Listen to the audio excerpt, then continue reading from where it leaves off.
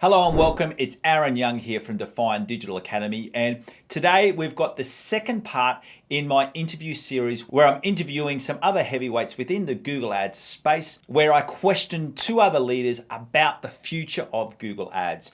And as you may know, if you follow this channel, we firstly interviewed Ben Heath from Heath Media, and today I've got the absolute privilege of having John Moran from Solutions 8 right here on my channel. And I do want to give a very extra special thank you to John because of our time zone difference between Australia and America. It meant that John was up at some crazy hour of the night doing this interview just for us. So firstly, I just want to give John a great thank you. Now, like I said at the start of the video that I had with Ben, when you go through and do a first watch of both Ben's interview and John's interview, and you hear some of my viewpoints, and if you've been a follower of my channel, it may seem like we're all three of us are talking three completely different things. But if you really dig deeper into the responses, you can see that there are a lot of similarities between our three different viewpoints. And the thing that I do really love about Google Ads, and the longer that you've been in Google Ads, you will find that there are so many different pathways to success. And the biggest thing behind that is just making sure that you've got some core strategies and you've really thought about your processes and why you set up campaigns in different things. And obviously, because I was in the interview for both of these, I could see that they were giving vastly different answers. But the reason why I asked them is because they're both highly successful with Google Ads. So what we're going to be doing in this video right here on YouTube, I'm going to give you the highlights of John's answers. But if you want to see the full interviews with both Ben and also John, and also see my full viewpoint on all of these responses and how all of our answers kind of piece together, all you need to do is you need to go through and follow that link in the description below. But with all of that said, let's get straight into the best bits of my interview with John. So John, question one, given all of the changes that have happened in Google Ads over the last 2 years, what have been the biggest things that you have changed about how you structure and optimize your Google Ads campaigns? Yeah, so it's been a whirlwind. I mean, I could speak for the next 2 hours on this, but I'll condense it down. I think we've all, and I have very polarizing views, and I think that's kind of like who I am because I have the ad spend and the case studies kind of back it up. I think that the invention of auto targeting has sort of been the success and demise of a lot of businesses, agencies, brands, etc. And I think that Google's doubling down on that auto targeting feature. What I mean is performance max demand gen, et cetera, optimized targeting. I think that the machine is too powerful to really bring now new incremental growth. And while it was, brand fresh and new in September 2021, the performance max beta, for example, we started with the performance max beta, then it rolled out to everyone in February 2022. Was amazing. It was incremental, it was new, it was fresh, and then it started to kind of eat itself alive. So I think what has been really a big change is we took proven controllable strategies, tested them against automated targeting that produced initially good results and then became saturated. And now it's kind of it's a billboard. Who's got the biggest billboard to the most amount of audience and the most amount of brand awareness. So it's almost taken out of take the little dog out of the fight and said, I just can't keep up with, X amount of, performance max spend where they're hitting, YouTube, GSP, search, shopping, display, discover at such high volumes.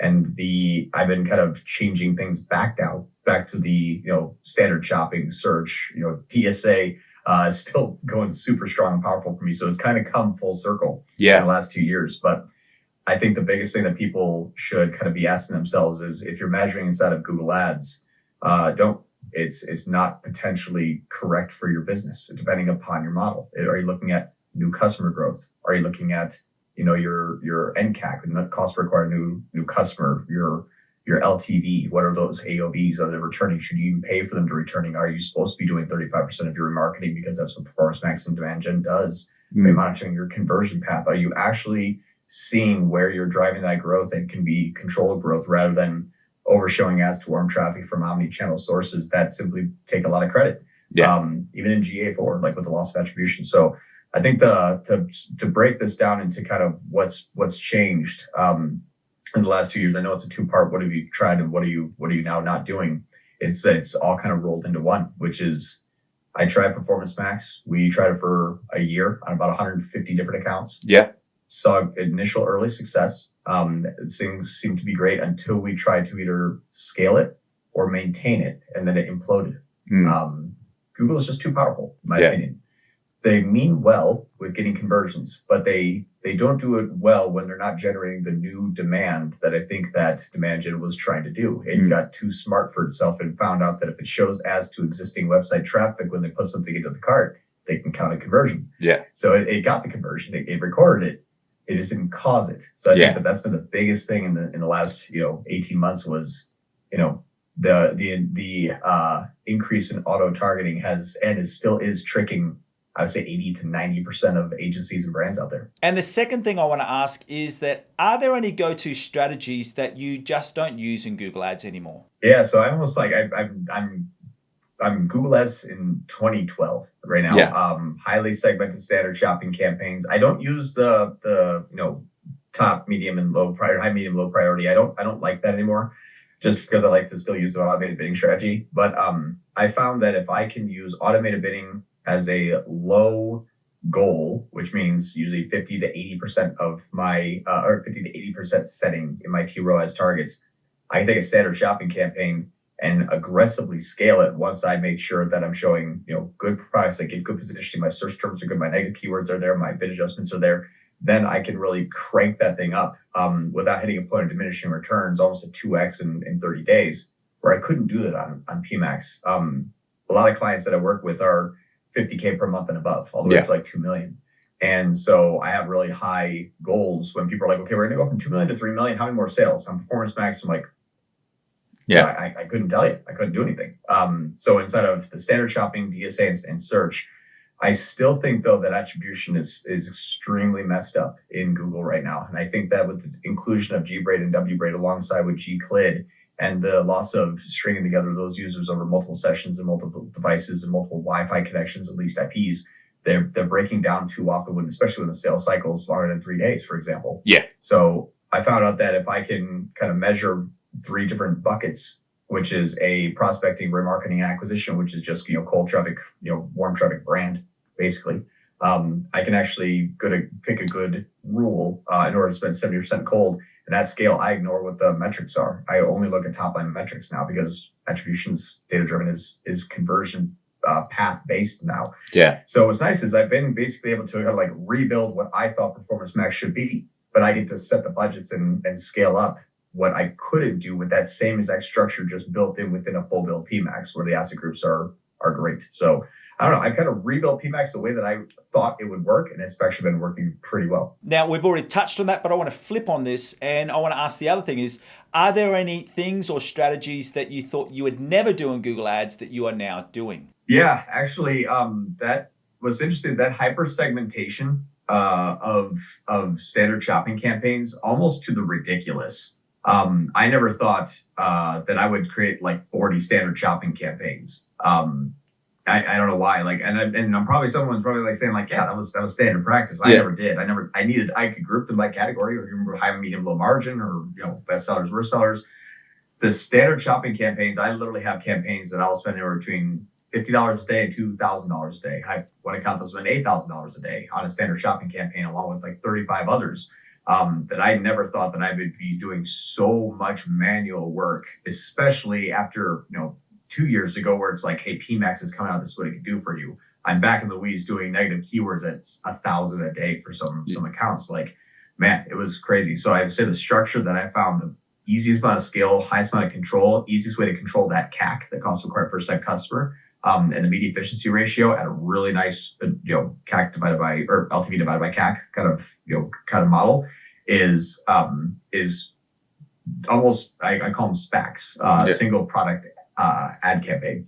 And it's almost single product. It's kind of like a small group, a collection of products, but I can outrank all of my competitors on PMAX. I can outspend them. I can outposition them, and I can outscale them. But it is something I never thought that we say, hey, next year after PMAX, you're going to start 40 standard shopping campaigns. It's like, never thought I'd be doing that, but I have found that is so unbelievably powerful. That it's gold. It is so nice. But then don't measure inside because it's the first click. So I have 40 campaigns that are in the first click.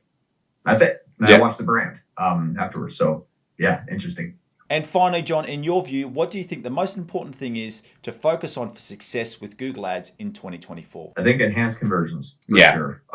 You really want to get that, and I would say, in my opinion, as I don't look at Google Ads metrics anymore, really get to know your clients' margins, their best-selling items, their repeat customers, their first versus last purchases, even the variance.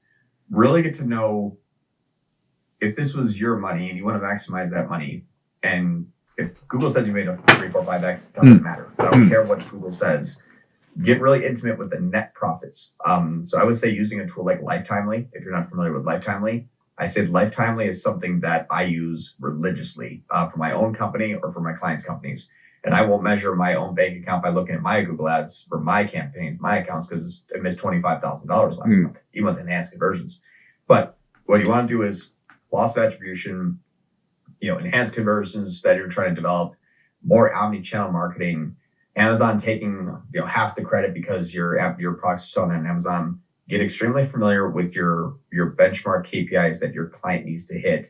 And you're simply a tool to assist that person in their journey in order to get there. Don't get too greedy. Don't get too blinded. I would say the best thing to do is get very familiar with your clients' net profits and backtrack your way through your campaigns, your targets, and then also obviously which products and how much you're thinking you should spend on that product, knowing how much you'll net on that product. Thank you for joining me. Straight away, as you could probably see, that if you watch the first video that released from Ben and also the video from John, you can see that there's some very different responses. But as I said, the big thing that I loved with both of my meetings with both Ben and John is just their desire to really be open and honest about what they're experiencing with Google Ads. And as I said, if you follow that link in the description below, not only will you get full access to all of these interviews, but I'll also be giving my viewpoint and a bit of a wrap up of both of these sessions where we really went through the future of Google Ads and how you can see success in 2024. All right, thank you again for joining me. And remember, if you want to stay up to date with all of the teachings that we've got right here for Google Ads, make sure that you don't only subscribe, but you also turn on that notification bell. And if you're new to Google Ads and you want to see the best way of how to set up and optimize all of your campaigns, I want you to go through and watch this playlist right here. Once again, thank you for joining me. See you next time.